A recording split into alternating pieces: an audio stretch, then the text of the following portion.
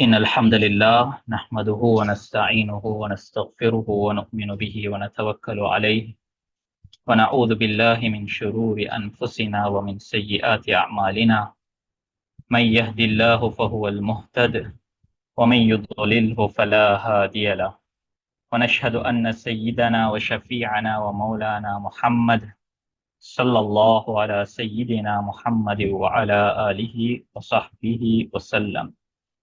أما بعد فقد قال الله تعالى في كلامه العزيز بعد أعوذ بالله من الشيطان الرجيم بسم الله الرحمن الرحيم وأحل الله البيع وحرم الربا صدق الله مولانا العظيم.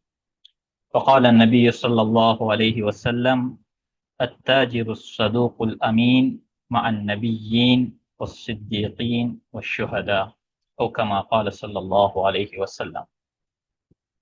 Respected listeners, today our topic is about unpacking trade in Islam and the essential and the types of sales.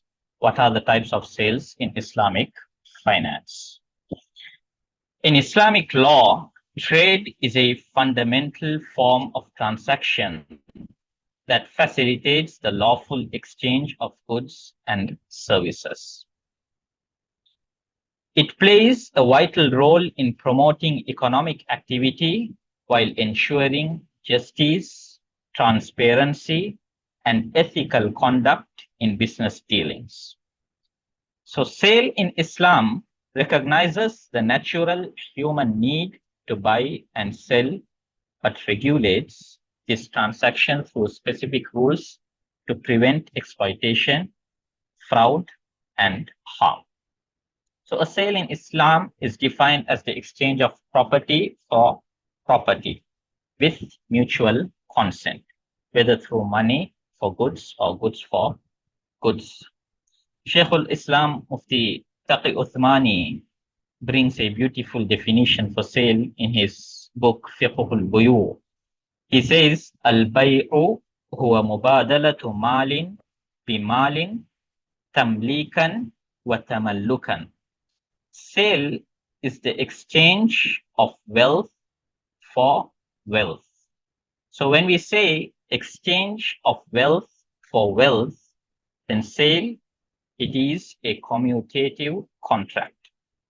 Non-commutative contracts are out of the topic, such as waqf, wasiya, inheritance, sadaqah, gift, etc. So this session is going to be on commutative contract. And the second part of the definition is sale is the exchange of wealth for wealth is one with the purpose of transfer of ownership and acquisition of ownership. So sale means one is there should be an exchange of wealth for wealth. Number two, the ownership should transfer. Contracts, whereas the ownership does not transfer, is not called as sale, such as rental contracts, partnership contracts, lending, borrowing contracts. These are not called as sales. So today we are going to dive into the importance of sales and the types of sales. So this session will bring you and it will ensure legal and Sharia compliant business deals. So if we think about the outcome of this session, so number one, this session ensures legal and Sharia compliant business deals. So learning the pillars and conditions of a valid sale helps us to ensure the contracts that we deal are both legally enforceable and Islamically sound. A sale that lacks key elements such as consent, ownership, lawful subject may be void or sinful, exposing the business to legal and reputational risk. Number two, this session will give you a deepened understanding of permissible business models, So, such as Islamic sales modules, Murabaha, cost plus profit sale, Musawama, bargaining sale, Muqayada, barter sale, and the exchange of currencies, etc. So, business professionals gain flexibility in structuring Sharia compliant deals across various industries. For an example, real estate, agriculture, retail, trade finance. So they can apply these types of sales in their various industries. Number three, it avoids harmful and invalid transactions. Many businesses unknowingly engage in prohibited sales, like, for an example, selling what they don't own, making unclear or unconditional, making unclear or conditional offers, dealing with interest-based payments or excessive uncertainty. So learning about forbidden practices protects the business from financial loss, customer disputes, or non-compliance penalties in Islamic jurisdictions. Number four, it promotes ethical and trustworthy commerce. So Islamic sales are built on principles like honesty, trust, and mutual consent. These are not just religious ideals, they are practical tools for building long-term business relationships, brand loyalty, and integrity in contracts. So number five, this session gives you access to halal markets and Islamic finance. So businesses seeking to tap into Islamic finance or halal markets or international trade with Muslim countries, they must show awareness of Islamic commercial ethics. So understanding valid sale types and avoiding riba or uncertainty opens doors to Sharia compliant financing, certifications, and partnerships. Number six, this session brings you, it integrates business with faith. In Islam, business is not separate from worship. When contracts follow Islamic principles, the earnings are halal, the earnings are blessed, there's barakah in it, the earnings are spiritually rewarding. So this session helps Muslim professionals balance profit with piety and align their work with their beliefs. Whereas Nabi Sallallahu Alaihi Wasallam mentioned, the truthful and trustworthy merchant, At-Tajiru Saduqul Amin, Ma'an Nabiyyin, he will be with the Anbiya, the prophets, the truthful, and the martyrs on the day of Qiyamah. Okay, now if we are looking into the elements of a sale, so as we are discussing about sale, about trade in Islam, we should understand what makes a sale valid and what makes a sale invalid. So number one is, as we know, usually riba, uncertainty, these kind of elements makes a sale forbidden. So in order for a sale to become valid, there are four pillars. Number one is the contracting parties. Number two, offer and acceptance. Number three, subject matter of a sale. Number four, price. So all these four pillars should be in a sale in order for a sale to become valid. Any of these pillars are missing in a sale contract, that sale contract is invalid. So each of these pillars has some conditions. So if we take the contracting parties, seller and the buyer, both must have legal capacity. Now, when we say legal capacity, they should be sane. The person must be mentally sound and capable of understanding the nature of the transaction. For an example, an adult in good mental health, he buys a washing machine from a store and signs the invoice. So this sale is valid because both the contracting parties are sane. So if we look at another example where a person with a diagnosed mental illness sells his apartment during a manic episode.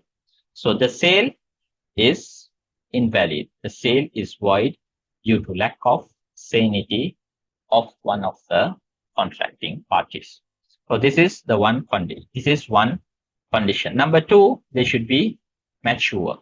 So the person must have reached the age of maturity or puberty. Puberty as recognized in Islamic law.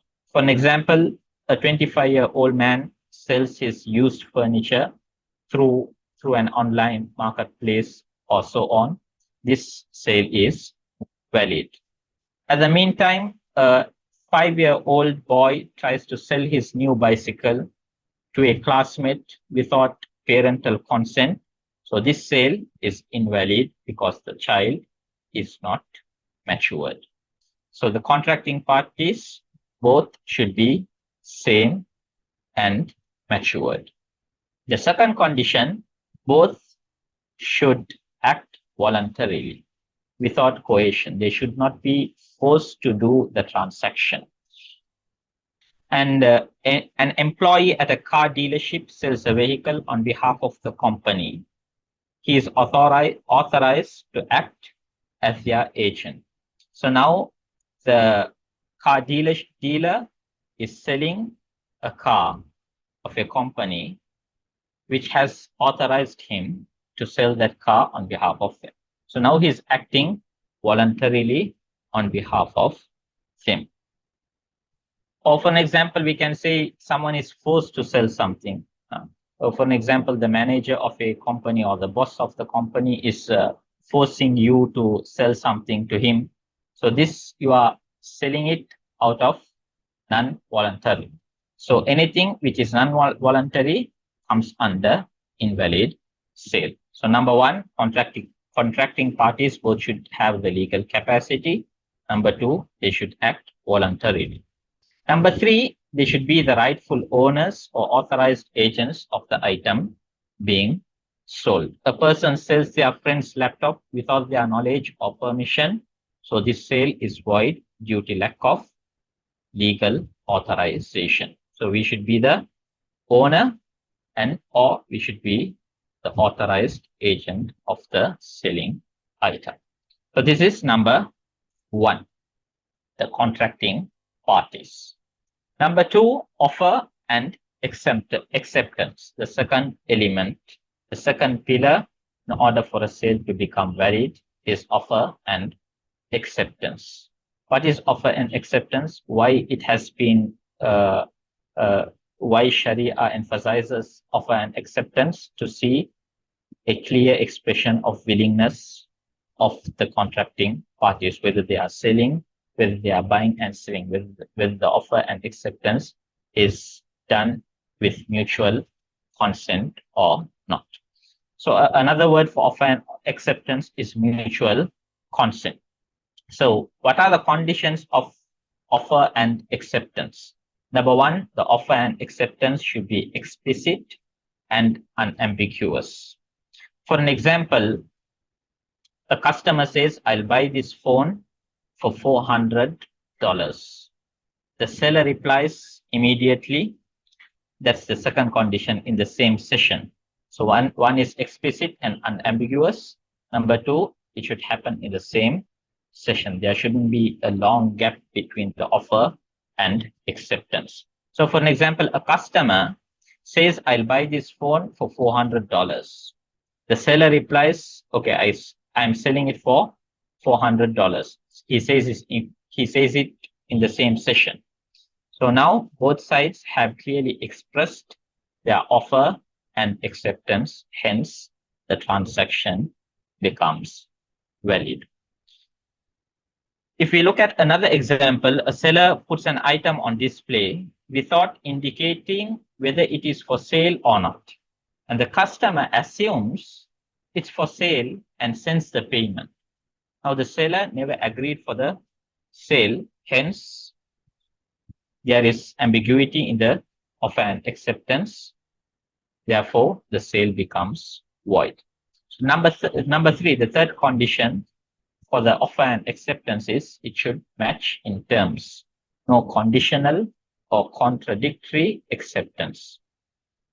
If we look at the previous example, whereas the customer says, I'm buying this for $400, and the seller is saying, no, I'm selling it for $500. Now the offer and acceptance is contradictory. So again, if the customer is willing to buy that laptop or phone for $500, he should express his willingness for $500. Similarly, it shouldn't be conditional. If you give me $100 as a loan, I will sell this phone for $400. If you sign this agreement, I will sell this property for you. It cannot be conditional. So offer and acceptance, it should be explicit, no ambiguity.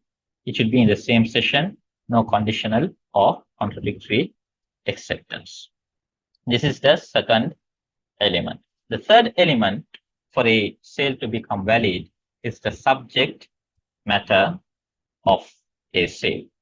So if we look at the subject matter, the product, the item that is being sold, number one, it should be lawful. We can sell a halal meat. A haram meat cannot be sold. Alcohol, coke cannot be sold. If it is sold, although the previous elements are fulfilled, although all the conditions are fulfilled, because the subject matter is not lawful, the whole sale becomes void. Number two, it should exist at the time of contract. A clothing shop owner, he sells a jacket that's already in its stock. It is permissible, it is valid because he's possessing the subject matter that he is selling. A person tries to sell a smartphone. They don't own or possess it. It's not in his store. It is in the market, but he has already done the offer and acceptance. Now this sale is invalid because we cannot sell anything which we are not possessing. So number one, we have to possess first. After that, we should sell that item. The third condition, it should be owned and possessed by the seller. So both comes together. Number four is deliverable and identifiable. So the selling item, the subject matter should be deliverable. Something which cannot be delivered. For an example, the fish which is in the ocean. One, it is not owned by the seller. Number two, he is not sure whether he can deliver that or not. So it is not deliverable, hence the sale will become void. If we look at another example, selling a car with clear make, model, color, and registration details, the car can be delivered. Now the buyer knows exactly what he is purchasing. This becomes valid. For an example, if we look at another example for non-identifiable, selling a mystery box. So now this buyer doesn't know what is inside the box. So it is not identified. So if he doesn't know what is inside the box, then he cannot proceed with this sale contract. So selling a surprise box or a mystery box, whereas nowadays we find in some online stores such as Temu and etc., they will have this mystery box.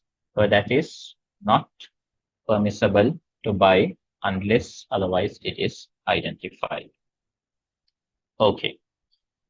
If I am to give a combined example, a seller lists a iPhone 13 with full specs, the warranty details, everything is mentioned.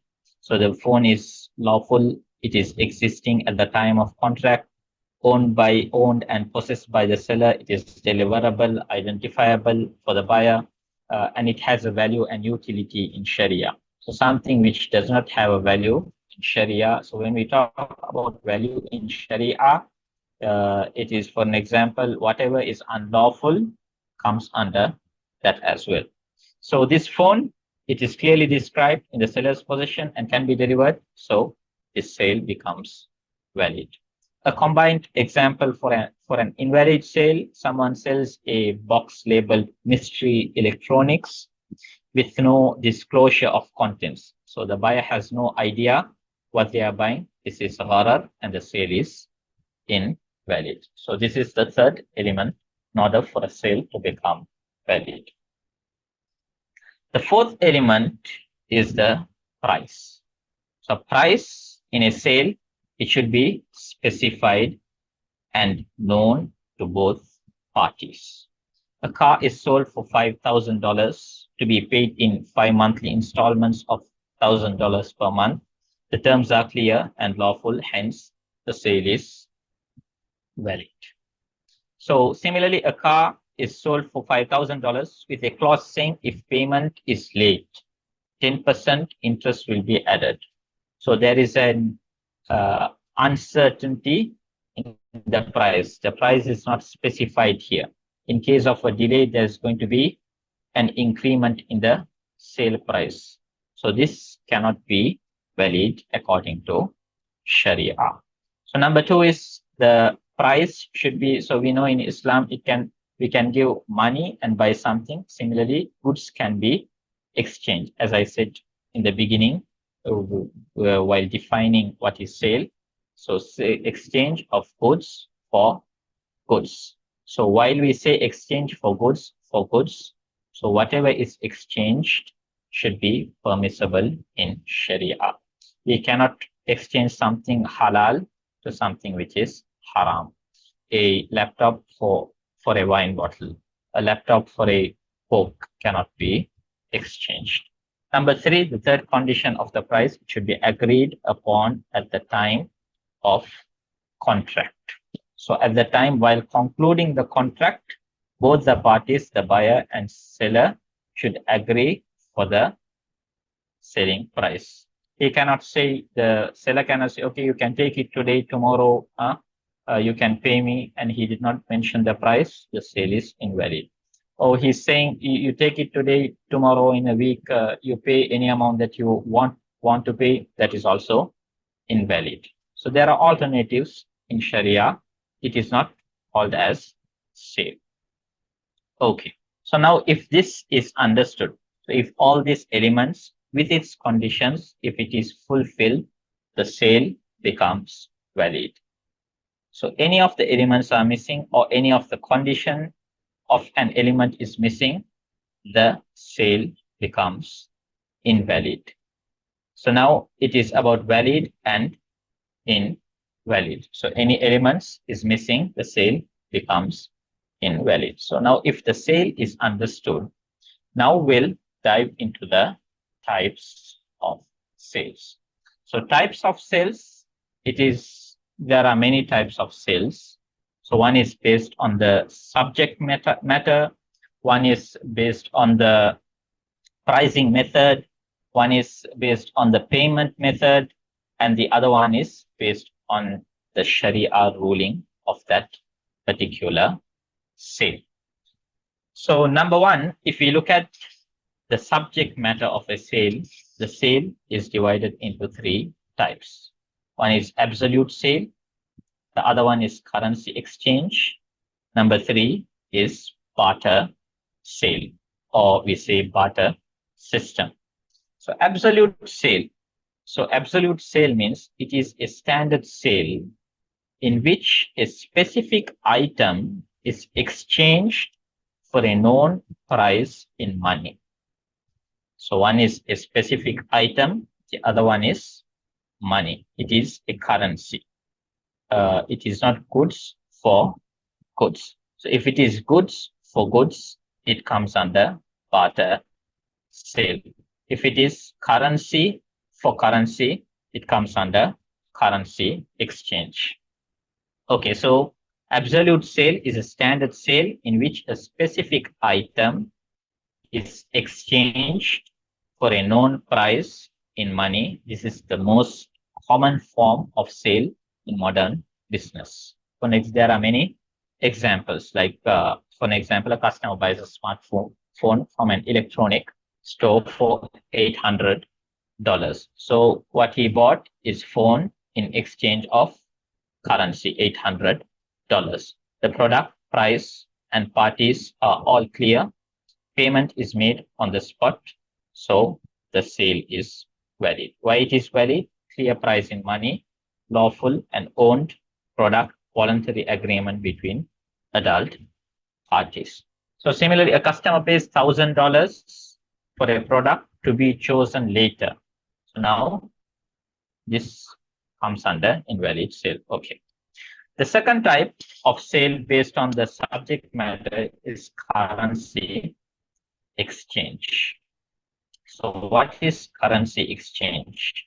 A sale in which money is exchanged, money is exchanged for money. So, or currency for currency. When we say money, even gold and silver comes under the category of currency.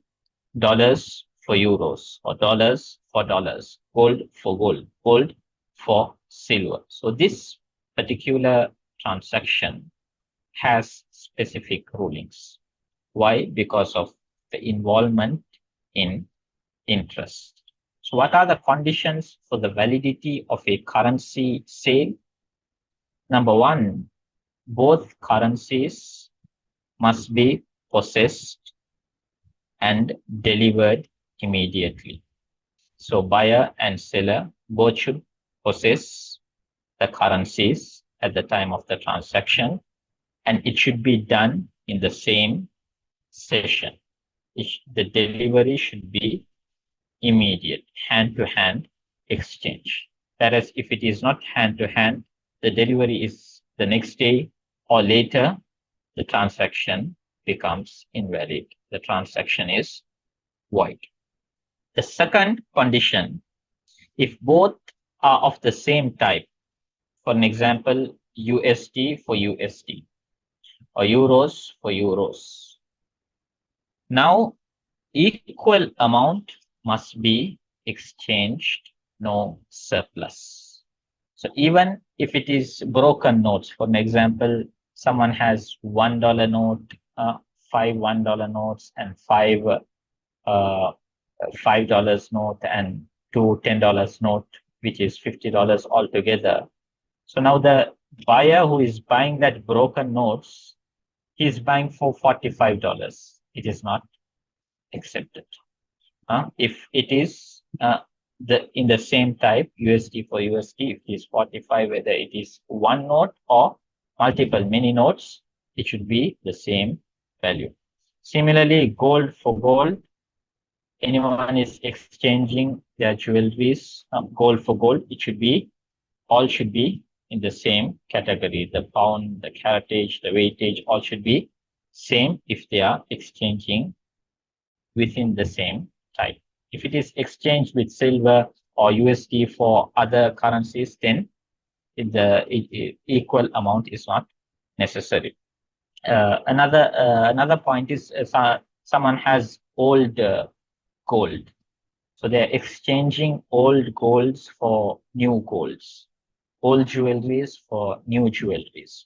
So now they can't give 11 pounds of old gold and exchange for 10 pounds of new gold. Both should be equal in amount. Okay, 11 for 11, 10 pounds for 10 pounds, whether it is old or new.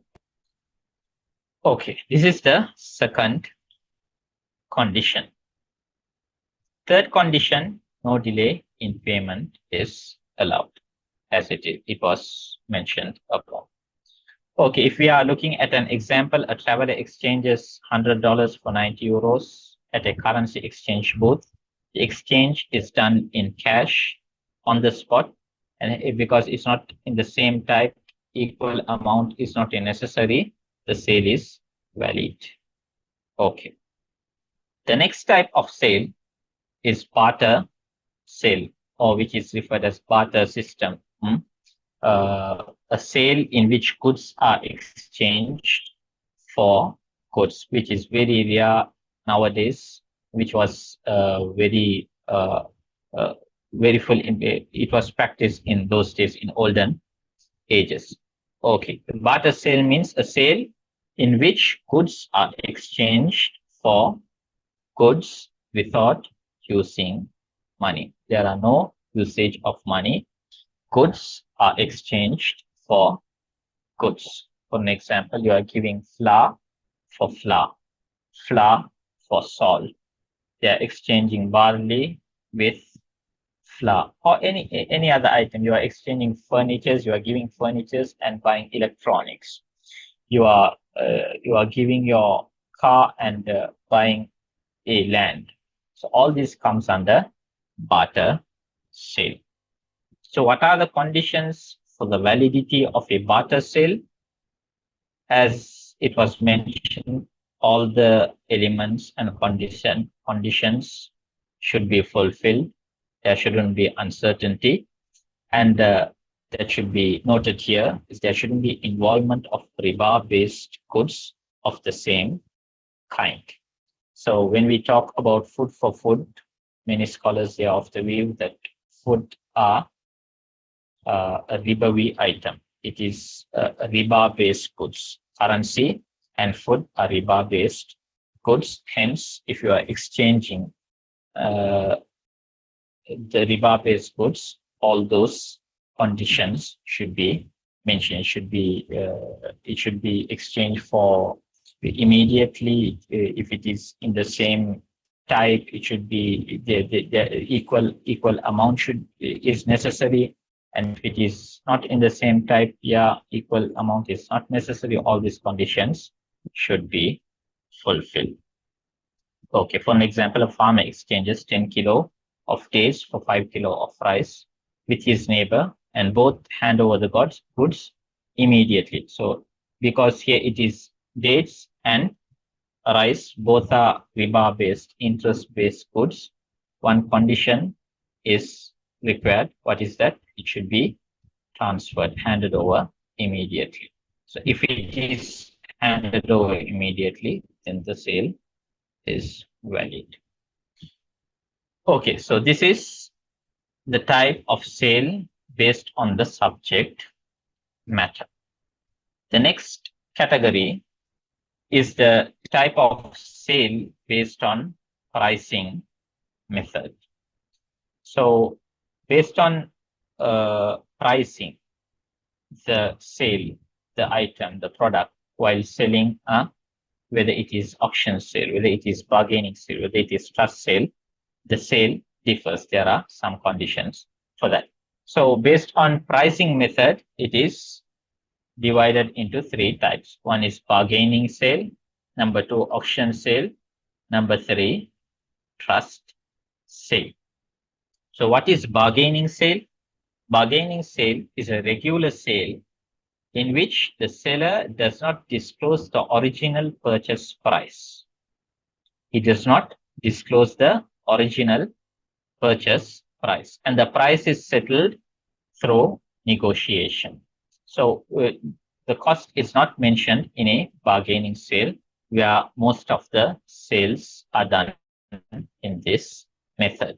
For an example, a buyer visits a rug store, negotiates with the seller, and agrees to buy a carpet for $300 after bargaining. So this sale comes under musawama, bargaining sale. So all the conditions which was mentioned previously applies for all these types of sales. The second type, based on pricing method, is auction sale. What is an auction sale? A sale where the item is offered publicly and sold to the highest bidder. So what are the conditions for this sale?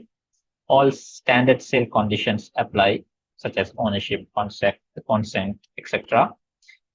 And another one important point which should be noted while doing this sale is that there should not be fake bidding by someone hiring to inflate the price. So the seller, he is auctioning something, and for that auction, he's hiring someone to increase the price. But the bidder does not have any intention to buy that product. So this is invalid. This is prohibited in Sharia. Okay. For an example, a used car is listed in a public online auction platform.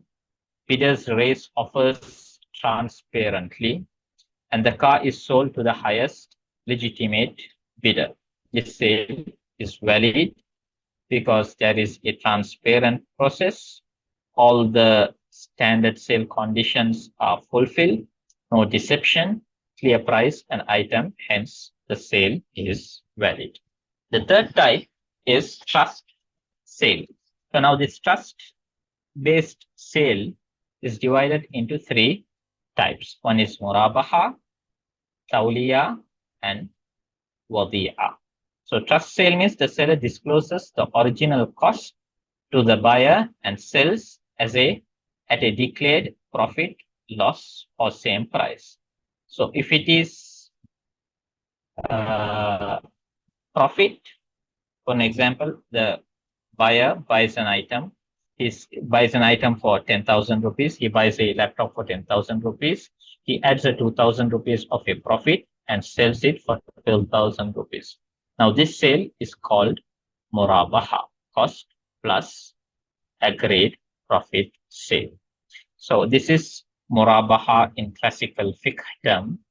Murabaha, which is used in Islamic financial institutions, how it is happening practically, it should be discussed in a separate session, and it will be discussed in our future sessions, inshallah ta'ala.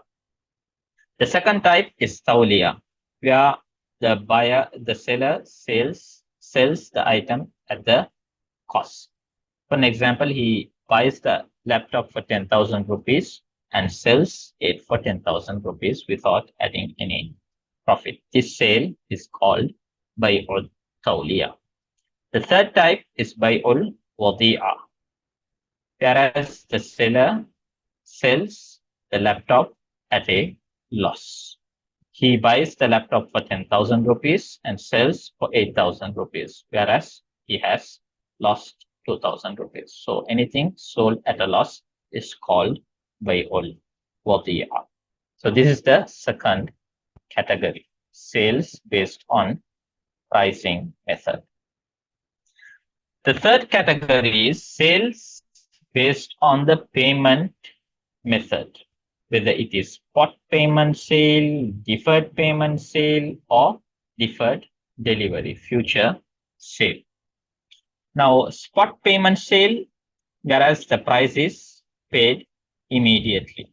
A sale where both payment and delivery, both are immediately, both are on the spot. For an example, a customer buys a loaf of bread from a bakery for 100 rupees. The cash and the bread is received by the seller and the buyer immediately. This is called spot payment sale. Deferred payment sale, a sale where the item is delivered immediately, but payment is postponed. He is buying for credit. It has been sold for credit, or we call it credit sale. Price is paid at a later stage. What is the condition? There are some conditions for a deferred payment sale. Item must be delivered or possessed at the time of sale. Payment time must be fixed and known. Can't be said, no, I'll pay you later.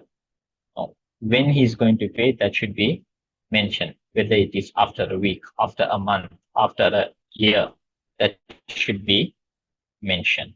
Number three, price must be final. Price must be fixed and agreed upfront. For an example, if you are selling a laptop today for 10,000 rupees, now this sale is valid. So he's selling the laptop for 10,000 rupees and the buyer is going to pay him. And that is also mentioned in the agreement. Say, for an example, the buyer says, I will be paying in 1 month's time. So that is mentioned. What the payment time is mentioned.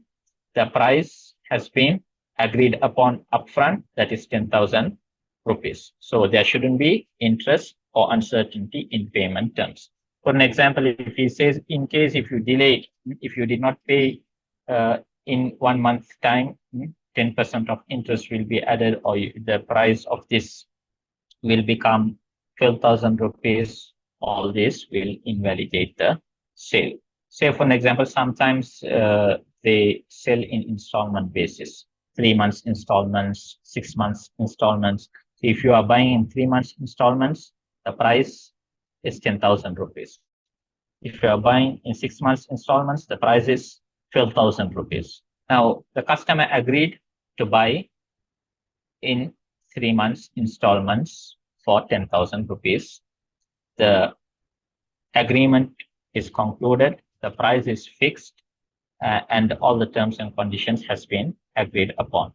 Now, 3 months, the customer couldn't pay, the buyer couldn't pay that 10,000 rupees.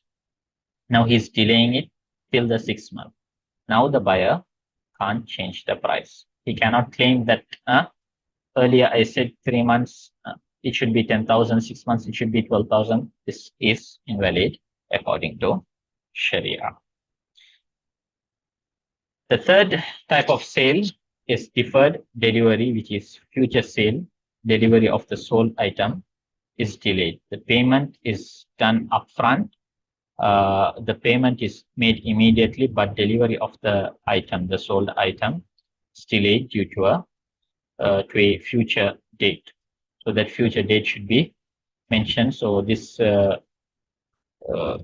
for this, it is divided into two types, whereas salam and istisna comes into play. Salam means advance payment, delayed delivery of fungible goods, while istisna means advance payment for manufactured items. So this will be discussed in separate sessions, inshallah ta'ala, in our future sessions. Okay, the next category is sale according to its legal Sharia ruling. As I mentioned in the beginning, if a sale fulfills all the essential pillars and conditions of a contract in Islamic law, such as offer and acceptance, contracting parties, subject matter, price, all these are fulfilled, then the sale becomes valid. Any of these pillars are missing or any of the conditions are missing, the sale comes under the category of prohibited sale. Now, a sale that includes elements forbidden by Islamic law is divided into two types. One is invalid, which makes a sale that fails to meet essential conditions. So it has no legal effect and ownership does not transfer. One is invalid and unlawful sale. So this includes sales that are clearly forbidden due to unethical practices, even if the contract structure is valid. So unlawful sale and invalid sale. So invalid sale, the sale is completely invalid. Unlawful sale, the sale is valid, but the act that was done is unlawful. The person who committed that act will be sinful. So now if we are looking at the examples of unlawful sale, one is bay'ul musarra, sale of an animal whose milk has been withheld to deceive the buyer about its productivity. The seller, he does not milk the animal for few days. He leaves it without milking. So the buyer, he gets deceived by looking at the udder of the animal. He will think that every day this animal produces so much of milk. So this is unlawful. Why? Because there is deception, which is prohibited in Sharia. Number two is hoarding, artificially restricting supply to increase prices. So number three is najash, where there is fake bidding to deceive others into paying a higher price. Then interception of rural traders before they reach market to buy at a fair price. So this is prohibited because it exceeds Number 5, outbidding someone else's finalized sale. So this is unlawful because it disrupts agreed upon deals and creates enmity. Number 6 is urban dweller selling goods on behalf of a nomadic trader deceptively. So this causes market distortion, hence it is unlawful. Similarly, selling something lawful for a clearly unlawful purposes. Someone selling grapes to a wine maker. This comes under the category of assisting in sin, hence it is unlawful. Number 8, transaction with someone whose entire wealth is unlawful. 100% his wealth is unlawful. It is haram. He doesn't have even 1% of halal income. Transactions, dealings with him becomes unlawful. So this is unlawful. It's haram because there is an ethical concern. Because there is an ethical concern, not because any elements or conditions are missing. If the elements or conditions are missing, it comes under invalid sale, such as earnest money, forfeited if buyer withdraws. You give me the price of this mattress is 15,000 rupees. You give me 10,000 in advance. You can decide later whether you are buying or not. If you proceed with the sale, okay, this 10,000 will be considered as a sale price. If not, it will be forfeited. This is invalid according to Sharia because there is uncertainty in the price. Number 2, selling before possession. Selling something you haven't yet received physically is forbidden. Number 3, debt for debt. You can't sell exchange of one deferred payment for another deferred payment. You can't both the currency, the taman and mutamman, the item which is being sold and the price both cannot be debt. So number 4 is 2 sales in one. Conditional sales with double pricing. If you give me this as a run, if you give me 10 million as a loan, I will give this house for sale. I will sell this house for 5 million rupees. If you give me that, I will sell this house for you. All these are invalid. Number 5, sale with a condition. Sale with an inappropriate or unjust condition is also invalid according to Sharia. And with this, we'll wind off today's session. If you have any doubts, and if you need any financial solutions, Ummah United Muslims Muamalat Advisory Trust, they are doing a very wonderful job. They are providing services based on financial consulting, financial trainings, compliance, audit for corporates, financial product structuring. If our business wants a halal product structure, you can go to Ummah. Or if your documents, your agreements wants to be reviewed, United Muslims Muamalat Advisory Trust will do it for you. Similarly, investment Sharia guidance, Zakah, Waqf, inheritance related queries, questions, or Wasiya related queries, or any financial related queries can be asked from Ummah United Muslims Muamalat Advisory Trust. Before you go to them, you can book an appointment through their mobile number 076 4459 151, or you can book an appointment through their email info@ummath.lk. So Jazakallah khairan for participating in this session.